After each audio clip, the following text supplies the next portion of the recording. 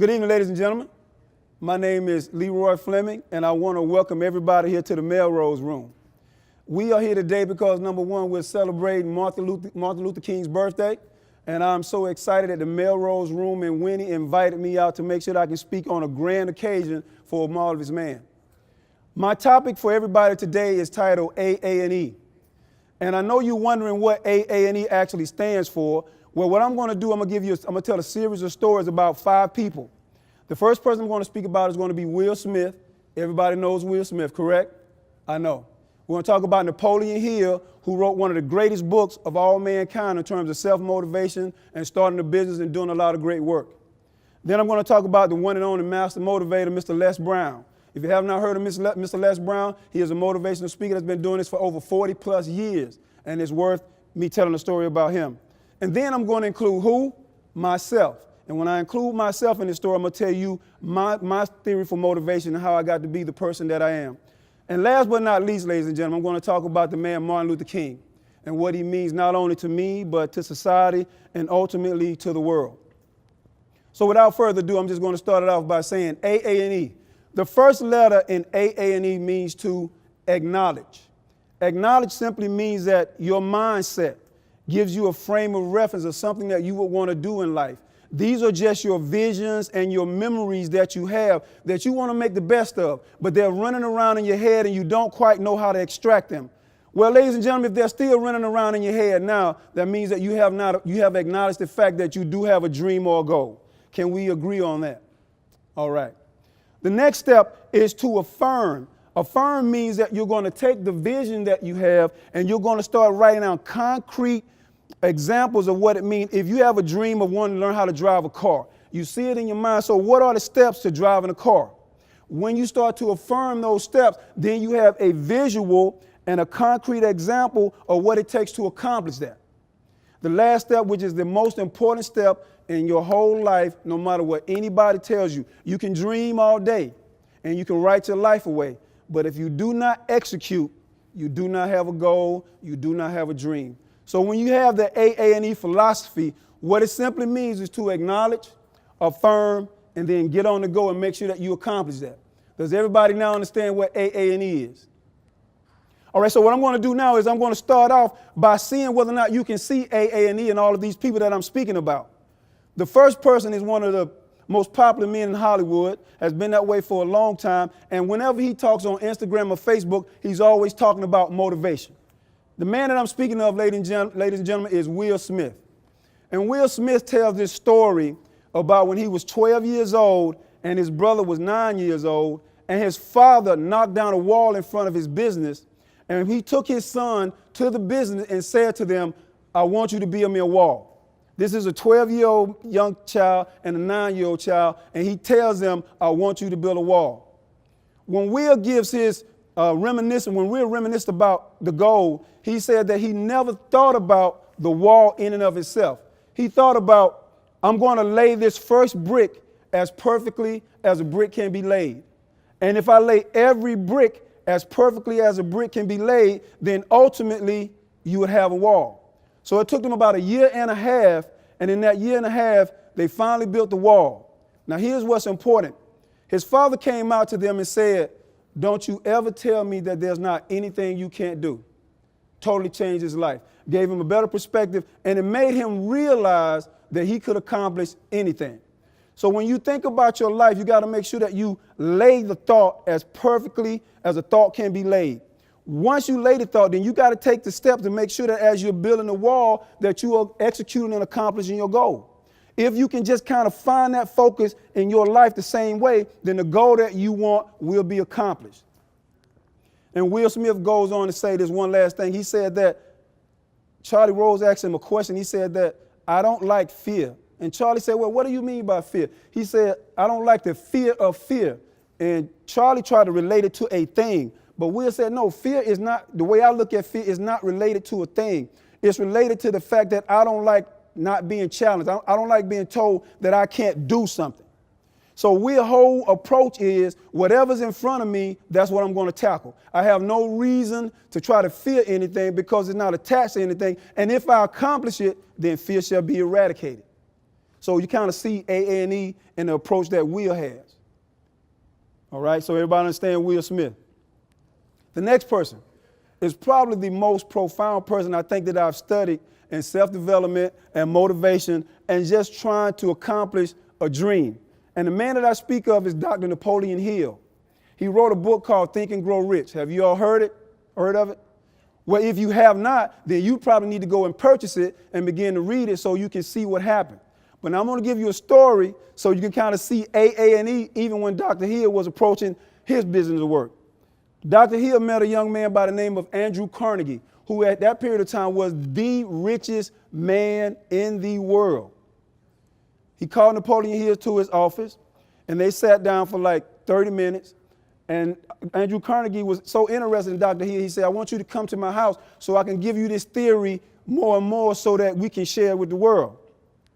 So after 3 days and 3 nights, Dr. Hill was given this task.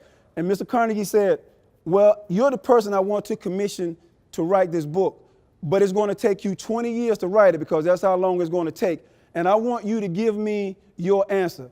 So Dr. Hill thought about it for a minute. He said, okay, you want me to write this book, but you don't want to give me any compensation, no money whatsoever? Yeah. So Dr. Hill thought about it, and he said the first thought came to his mind was a negative thought. Like, why are you going to do this when a man that has all the money in the world is not going to pay you? So he thought and thought, and he said, okay. He said, Mr. Carnegie, not only will I write the book, but you can depend on me to complete it. And Mr. Carnegie said, you got the job.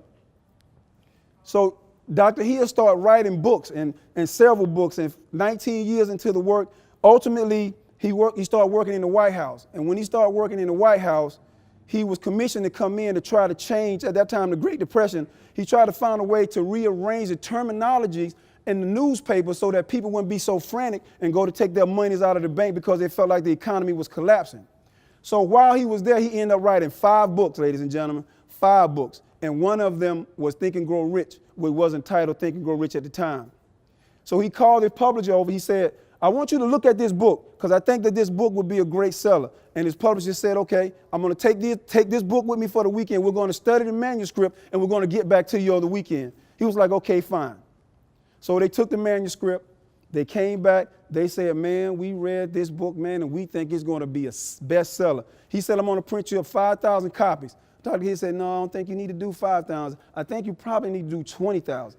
The man said, we ain't never printed 20,000 books for nobody. Dr. Hill said, okay, cool.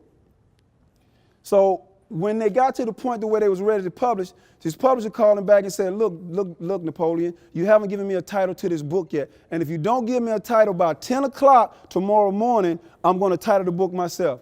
And Dr. Hill said, well, what are you going to title it? He said, well, get your noodle and a caboodle. And Dr. Hill said, no, man, you can't title that book that way. If you title that, you're going to ruin me. So I'll come up with a title. So he said that he wrote down 1,000 titles and none of them were worth 1 penny. So here's what he did, ladies and gentlemen, and I quote you. He said that he sat on the edge of his bed and he began to talk to his subconscious mind.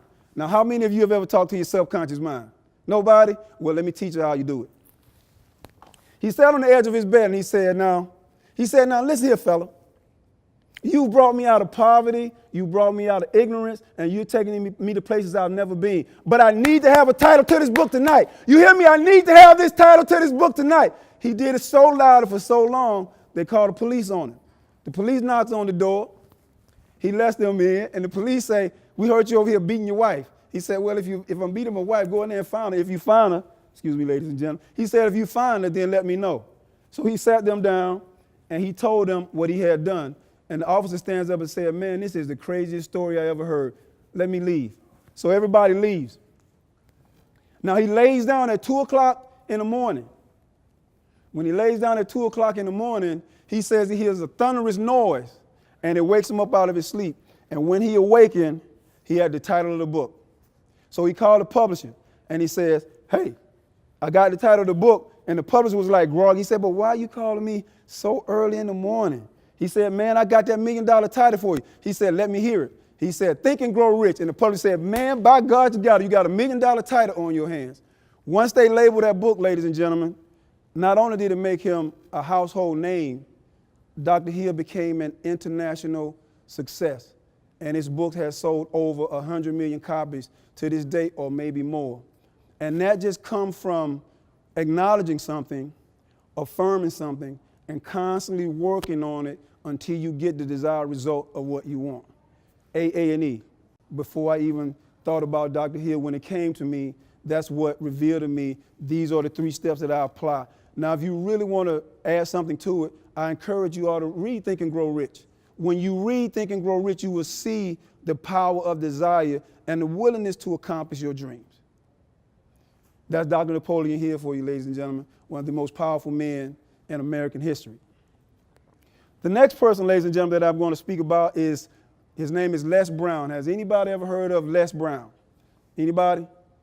Yeah, I know, right? Very popular guy. Well, Mr. Les Brown was born in an abandoned building by his biological mother. He was given to his adopted mother, Miss Mamie Brown, who raised him in Liberty City in Miami, Florida. Well, Mr. Brown, as he began to age, everybody labeled him mentally, educably retarded, and they put him in classes that they thought were suited for who he was. But for some reason, Mr. Brown never really paid attention to that. He had this dream, and his overall dream was to buy his mother a home. Has any of you ever had a dream of wanting to do something so amazing for your mother that it became a burning desire? It was something that you wanted to achieve. Well, Mr. Brown had got up and he had become a very successful speaker. And when he became a successful speaker, he started making money. So when he made about $12,000 or so dollars, he took that money and he went and paid down on a house for his mother. A dream accomplished, right? You see, it's accomplished. But there was one hiccup. When he paid the $12,000 and he moved his mother into this home, he get a call from the bank telling him that they need the other thousands and thousands of dollars so that he can remain in the house. And Mr. Brown was like, well, why do you need more money? I just gave you everything that I had. No less. They need all the money to the house in a couple of days. If you don't have it in a couple of days, you're going to have to vacate the premises. He said, are you serious? I got to leave the house after I gave this guy all of my money, and I got to go tell my mom I got to move her out of the house, the very house that I put her in? Ladies and gentlemen, his spirit was broken. He went to his mom and he told her, Mom, we got to go. And she said, but why, baby? Just some things that didn't come out right, and we got to move. And she said, that's okay, baby. I don't mind going back. So he moves her back into the place that he had left. Now, his dream, the acknowledgement, the affirming, and execution had come to pass. However, there was a hiccup because he found out that the house had a lien on it. And when you have a lien on it, if you don't investigate it, then you come to find out that you can lose your investment. So rule number 1 to anybody to get a home, make sure you check with everybody, make sure there's not a lien on the property that you want to purchase. Now, after that, he sat down for a little bit. And he resolved to himself. He said, look, now I'm going to go out and speak even more. I'm going to become even more determined so I can get my mom a house so that I don't have to deal with this anymore. So, ladies and gentlemen, long version short, Mr. Brown accomplished his goal. He got his mom the house. He moved her out, and the rest of it is history. And Mr. Brown has this saying that I want you all to remember, even when you think about A&E. When you think about your life, Mr. Brown says this phrase, and I think it's beautiful. He says, live full, die empty. Can you guys repeat that after me, please? Live full, die empty. What does that mean? The dreams that you have, the goals that you aspire to, the people that you try to connect to. You want to try to make sure that every day of your life that you're living your maximum potential. So that when you go home at night, you're exhausted from a day of hard, productive mental work. So the day that you pass away, you don't want the world to say, you don't want your family to say, oh, he could have, oh, she should have. You want them to say that this person lived full, therefore they died empty, and therefore there's no problems in the world that they have. Ladies and gentlemen, that's Mr. Les Brown. So hopefully you guys are seeing A&E in all of these people that I'm describing. Now I come to myself, where I tried to have A&E. A&E did not come to me right away, ladies and gentlemen. It just came to me maybe like 4 or 5 months ago. But I'm going to give you the journey so you can understand what A&E means to me. I, like Mr. Brown, had a dream as well. I wanted to buy my mom that luxurious house. I wanted her to have the fine clothes. I wanted her to have the nice car. I wanted her to see what her son was out here really trying to do in the world, the impact that he has.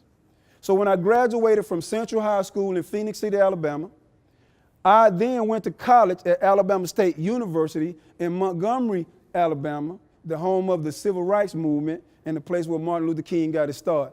Purely coincidental, right? That's why Melrose had this event for me, because they wanted me to explain to you where I was and how I got to be where I am. When I entered Alabama State University, ladies and gentlemen, my mind was not a mind of superior thinking. I come from a place where people don't recognize you if you don't have all A's and B's. I was like a C or D student, so I was right in the middle of a cusp of almost being a failure or completely falling out. But that was a drive, right? When you have a drive, it drives you past the conditions that you have. The number one drive that I had, ladies and gentlemen, is that I wanted to finish college, and I wanted my mom to see me finish college so she can say, look at what my son has done. But I had this little tingling inside of me, right?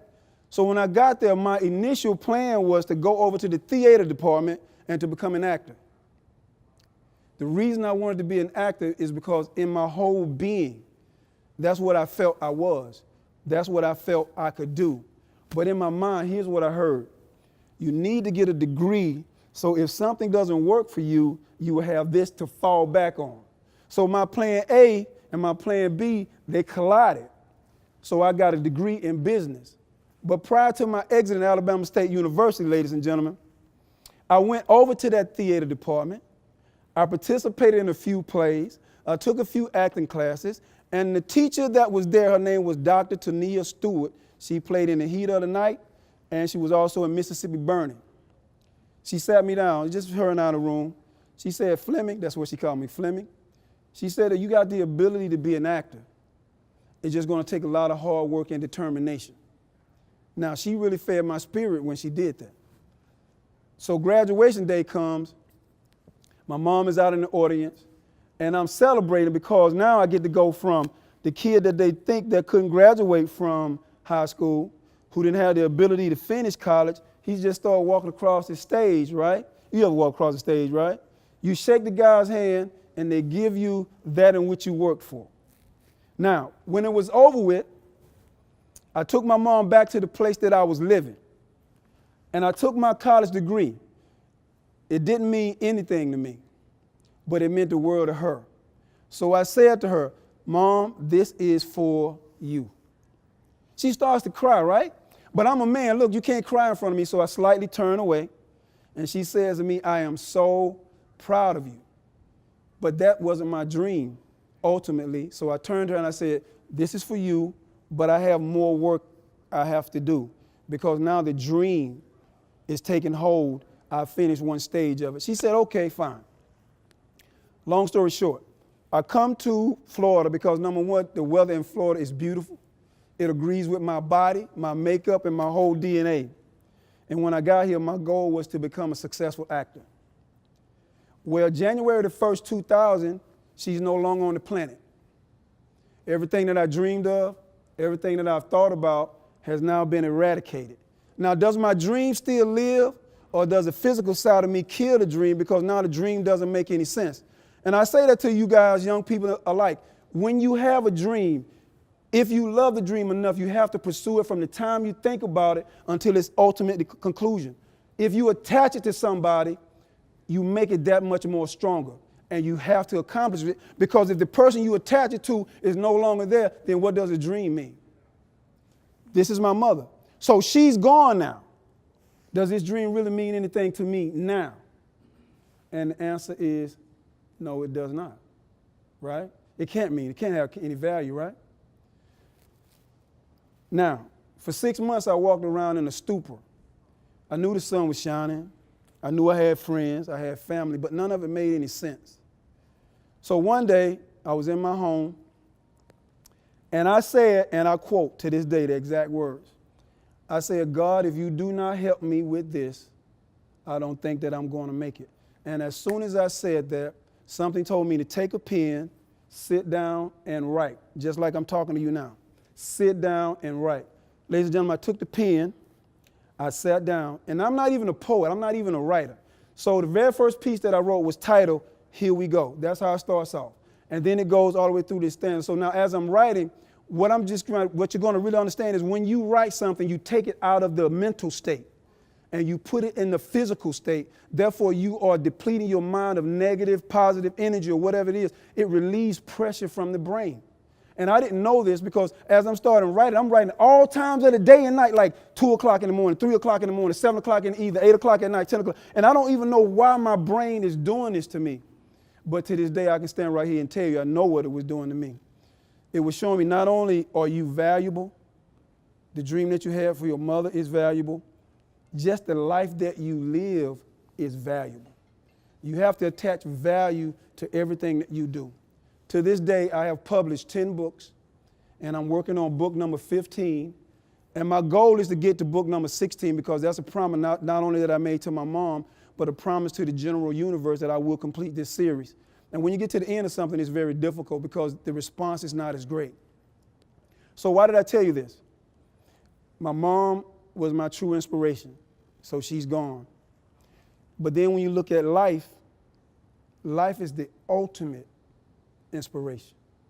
When you look at life, you look at everything that goes up or down, and you have to control that as best you can to get you to what your goal is. So I didn't accomplish my AA&E when my mother was here, which is still a downer for me, but I know I have to continue to work because that's what I promised her. AA&E, that's the theory that I work on. And ladies and gentlemen, I'm going to end it by talking about the man that Winnie invited me to speak about, and that is Dr. Martin Luther King. And when I started thinking about Dr. Martin Luther King, I started listening to all the speeches that he had, but the one that I was trying to find was the one that everybody played these snippets of. I don't know if you ever heard this speech where he said, if I would have sneezed, I wouldn't have been here. So I heard that snippet, I was like, man, that's powerful, but where is that? And then I heard about the part where he said that we are the people that will get to the promised land. You guys ever heard that part? I might not get there with you, but we are the people that will get to the promised land. And I heard that snippet, I'm like, but where did that come from? So 2 months ago, I was on YouTube, and you can go to YouTube and do all this stuff, by the way. And then he had the one called The Mountaintop. And I started playing The Mountaintop. So I listened to it all the way through, and I said everything that I wanted was in this one speech. After all these years, I finally found it. But all of that didn't even matter to me. Here's what was important, and this is what I want to leave you guys with so you can think about your life and yourself. When the speech comes on, Dr. King says that if he was standing at the beginning of time and the Creator asked him, Martin, what era would you like to live in? So Martin said that I would take a mental trip through Egypt, and I would see that all the things that the Egyptians did as they spread far and wide throughout the world. And then he said, but I wouldn't stop there. So now that piqued my interest. And then he said, I will go to Greece. He said, I will go to Greece and I will go to Mount Olympus. And he says, I will listen to the 5 philosophers, and he gives their name, by the way. I don't want to give you the names. I want you to go and listen to it, and you can get their names. But Plato is one of them. He said that I would listen to them philosophers talk about the principles of life, but then he said I wouldn't stop there. Then he said that he would go to Rome and see all the amazing things that the Roman Empire set up. And then he said, and I wouldn't stop there. Fast forward. Then he said, I would go to 1863 and I would see Abraham Lincoln sign the Emancipation Proclamation. And he said, I wouldn't stop there. He said he would go to the 1930s and he would listen to the president say that we have nothing to fear but fear itself. And then he said, I wouldn't stop there. But then he said, if the Creator would permit me, he said, I would like to have the Creator let me to see the latter part of the 20th century, because in the 20th century, I know that human beings are going to do an amazing thing. So here's my question to you, ladies and gentlemen. What time do you want to live in? If you were given a chance, because Dr. Martin Luther King was a reverend. So when you talk about a reverend, then a reverend has to associate his existence with God in order for his life to make sense. So if you're standing at the beginning of time, where would you like to live? And the reason Martin didn't want to stay in those other eras, ladies and gentlemen, I believe is because they had already done what they needed to do. There was nothing could be done. But where he was, he felt that if he stayed there and did what he needed to do, then the world in which he lived in, he could make it a better place. So I ask each and every one of you, when you think about AA&E, think about your place in the world. Think about, are you living in the time period that you're supposed to live in to accomplish the things that you want to accomplish? If you can do that, then when you wake up every morning, then the energy that you have, you feed it to the universe, and then you go after the things that you want, which is to acknowledge your dreams. Then you got to write down the things that you want, which means to affirm your dream. And let me tell you something, ladies and gentlemen. Tony Robbins says it's more clear than anything. If you do not execute, then you do not have a dream and you do not have the steps. Therefore, you're going to bump into a wall every single time. If you don't move, you stay stuck in the same groove. Ladies and gentlemen, my name is LeRoy Flemming, and this is my AA&E approach to life, and I hope that it has made your life more productive. I hope that you become inspired by these men, but most of all, I hope that you become inspired with your own life. Thank you.